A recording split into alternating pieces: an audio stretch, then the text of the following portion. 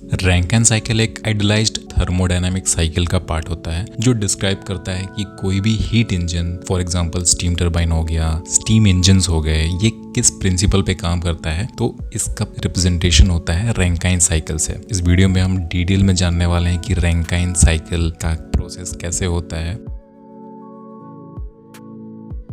Thermal power plants में जो thermodynamic cycle का यूज होता है वो होता है रैंकिन साइकिल। तो ये साइकिल जो होता है क्लोज्ड लूप में काम करता है। इसमें क्या होता है, जो हमारा थर्मोडायनामिक फ्लूइड होता है वो अपना फेज चेंज करके दूसरे फेज में कन्वर्ट हो जाता है और ये साइकिल चलते रहता है। कोई भी फ्लूइड के हीट सोर्स से अगर आप उसको एनर्जी एक्सट्रैक्ट करेंगे तो वहाँ पे ये रैंकिन साइकिल काम आता है। ये जो फ्यूल्स हम यूज करते हैं, for example coal, natural gas, oils, biomass या फिर इथेनॉल, ये सारे हीट के सोर्स हो जाते हैं। वैसे ही हीट सिंक से हम समझते हैं जो एम्बिएंट एयर है और उसके आसपास के जितने भी सोर्सेज हो गए वो सारे हीट सिंक का काम करता है। हीट सोर्स और हीट सिंक के बीच में जितना ज़्यादा डिफरेंस होगा, हीट इंजन का एबिलिटी उतना ज़्यादा इंप्रूव होता है और उतना ज़्यादा एबिलिटी उसका रहता है। तो सबसे पहले तो हम ये जानेंगे कि जो एक लेआउट होता है रैंकिन साइकिल में, वो लेआउट कैसा होता है। वो इसमें आप देखिए, जो हमारा ये वाला पार्ट हो गया, this part is boiler part. सबसे टॉप में आपको टरबाइन दिख रहा है, ये स्टीम टरबाइन है और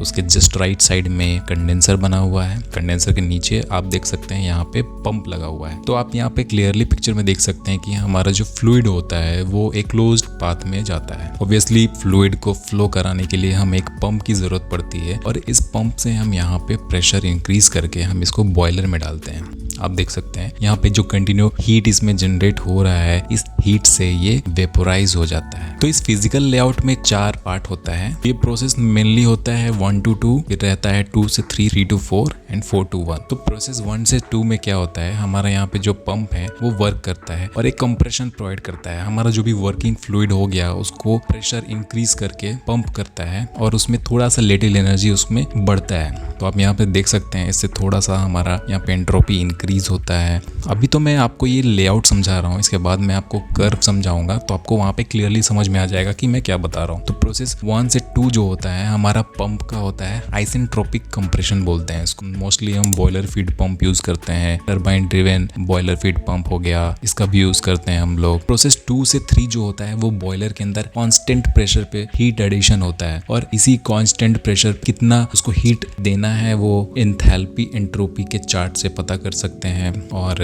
न्यूमेरिकली आप इसको स्टीम टेबल से भी पता कर सकते हैं कि हमें कितना उसका एंथैल्पी वहाँ पे गेन होगा। उसके बाद 3 to 4 जो स्टेज होता है वहाँ पे एक्सपेंशन होता है। जो भी हमारे वेपर्स होते हैं, जो हाई टेम्परेचर के जो वेपर्स जो कन्वर्ट हो जाते हैं, आपको पता है बॉयलर में फेज चेंज हो जाता है, हमारा वाटर से स्टीम बन जाता है। तो ये जो स्टीम होता है 3 to 4 जाता है आइसेंट्रोपिक एक्सपेंशन के थ्रू। जो भी ड्राई सैचुरेटेड वेपर है वो टरबाइन के अंदर से जाने के बाद एक्सपैंड होता है और इससे क्या होता है, टेम्परेचर और प्रेशर दोनों रिड्यूस हो जाता है। प्रेशर रिड्यूस होने के बाद आप देख सकते हैं 4 to 1 जो प्रोसेस होता है इसको बोलते हैं constant pressure heat rejection.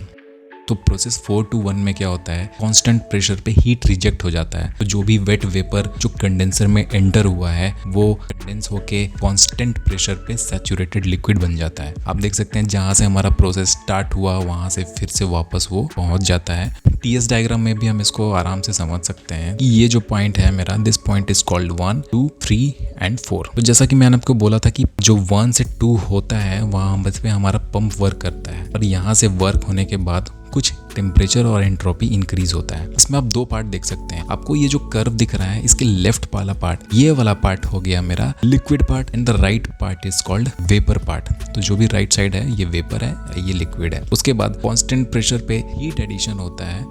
Heat addition होने के बाद यहाँ तक पहुँच जाता है। ये जो क्रिटिकल पॉइंट होता है, इस पॉइंट पे हमारा फ्लूइड डायरेक्टली वेपर में कन्वर्ट हो जाता है, इसलिए इस पार्ट को बोला जाता है क्रिटिकल पॉइंट। प्रोसेस नंबर 2 से लेके 3 तक जो हीट होता है वो इन होता है। ये हमारा क्यू इन जो यहाँ पे रिप्रेजेंट करता है वो हीट एडिशन होता है इनसाइड द बॉयलर और जो भी एक्सपेंशन होता है ये 3 से 4 टरबाइन में होता है।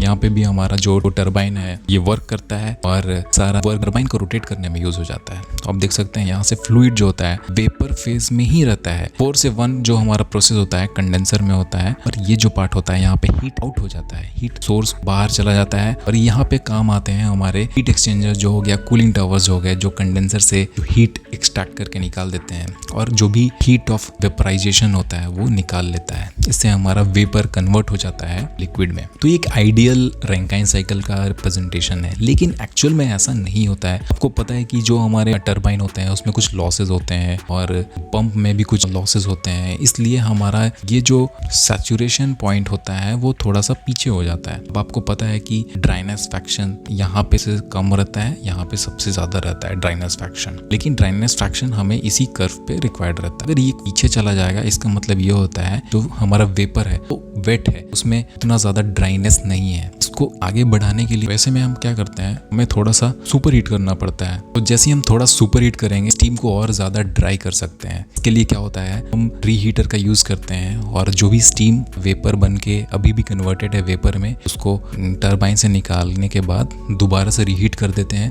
ताकि उसका टेम्परेचर इंक्रीज हो जाए, ताकि उसका ड्राइनेस फ्रैक्शन इंक्रीज हो सके। तो ये हो गया एक रियल रैंकाइन साइकिल जो नॉन आइडियल होता है। आपको डायग्राम में ये भी क्लियरली समझ में आ रहा होगा। अगर आपको वीडियो अच्छा लगा तो इस चैनल पे सब्सक्राइब कर लेना, एक लाइक ज़रूर करना दोस्तों, क्योंकि लाइक से मुझे बहुत ज़्यादा मोटिवेशन मिलता है ऐसे कंटेंट्स और बनाने के लिए। मैं आपके लिए और भी अच्छे कंटेंट्स बनाऊंगा। तब तक मैं आपसे नेक्स्ट वीडियो में मिलता हूँ।